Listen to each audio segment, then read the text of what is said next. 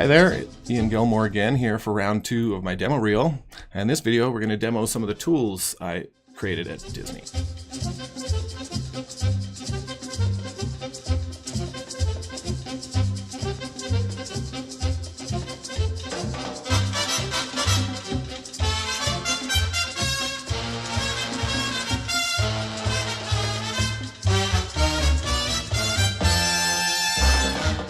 First at Disney, we started Maya with our own Maya.bat instead of the Maya.exe. So that allowed me to do anything I wanted at Maya Startup.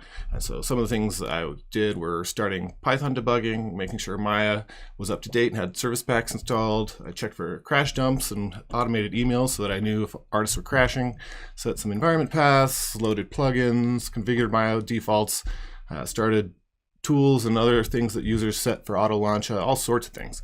What I want to talk about specifically today is how I track Maya usage with an app called Splunk. Splunk is a SaaS app that is mainly used to collect and mine server logs. At Disney, we were already using Splunk to collect and mine gameplay data, so I just co-opted it for logging Maya usage. On Maya Startup, I added logging callbacks to all the shelf buttons and all the other Maya commands that I wanted to track and made those logs look like server logs. I can show you an example here. In the log, you can see the timestamp, username, information to identify the tools build the user was using, and then any other info from the event that was interesting. Using these logs, I could track all sorts of things, like how long it took to start Maya or run a tool. I could report errors in scripts. I could catch plugin crashes. I could count how many times an individual tool was run. I could even tell how many hours a day individual users had Maya open. But with all of this data, I was able to determine what optimizations were the best bang for my buck. So because I knew which tools run most often, I knew which operations were taking a lot of time, which tools weren't being used at all, and also which tools were crashing and how often, stuff like that. For example, I discovered that even though we only had about 100 artists using Maya at the time, Maya was being launched 400 to 500 times a day, and that the average time to load our tools and plugins was almost 30 seconds. So that meant artists were waiting 4 hours a day for Maya to open. I spent 2 weeks optimizing the startup times of all our plugins and scripts and shaved off 21 seconds. Not too shabby. But if you put that in terms of bucks, the bang is much more obvious. By the time Infinity 3 was in full production, we had 300 artists at Disney and partner studios, and Maya was being launched over 2,000 times a day. So that's 21 seconds times 2,000. Convert that to hours, multiply that by workdays in a year, multiply that by the hourly cost of an average Maya user, and holy cow, those 2 weeks of work saved Disney about $300,000 a year. That's not shabby. Another big bang for the buck optimization I want to show you is the World Builder UI. Now, this tool predated me at Avalanche and was written by an artist who knew some basic Mel. And so he started off with some example code that's in my dev kit and then copy and pasted commands from the script editor, adding buttons for anything and everything that the artist requested. Over time, this became the Uber UI you see here. A bunch of most used buttons and toggles at the top, and below that, several tabs with collapsible groups of buttons. By the time I took over, it was over 10,000 lines of fragile, messy code and took 15 seconds to open.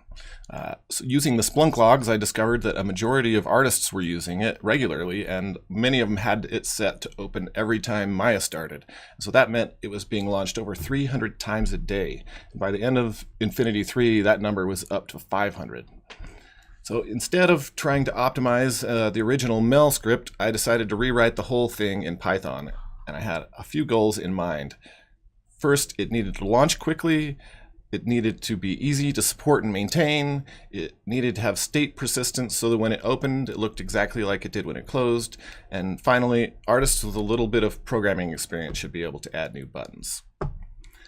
I've included the code for the World Builder UI in my code examples if you're into that kind of thing, but I'll walk you through some of the interesting bits.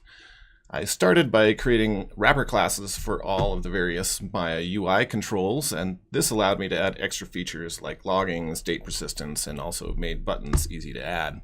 I scraped all of the user shelves and made collapsible sections for each shelf, so users didn't have to use shelves at all if they didn't want to, and save the screen real estate. I also made Each of the tabs load on demand, which reduced startup time. The code for the UI and the contents of the UI are all completely separate. The layout for the buttons and controls come from JSON config files, so artists never have to touch the code to add a button. So here is a config file for the modeling tab. You can see this chunk here is a button. So I can just copy and paste this, and you can see here we've got 2 sphere buttons. All you have to do now is close the World Builder UI, reopen it, and there you go, you got your new button. After I was done, the World Builder UI was 2,000 lines of code instead of 10,000 and started up in 2 seconds instead of 15. We used the same calculations as I did with the plugin optimization. Those 3 weeks saved Disney almost $47,000 a year. With just those 2 optimizations, in a month and a half of work, I saved Disney the equivalent of twice my annual salary. I could have gone on vacation from like March to December and still been a profitable employee. I didn't, of course. I just kept on working and optimizing and saving Disney money month after month for almost 10 years. So on that bombshell, that's it for this video. Stay tuned for some more.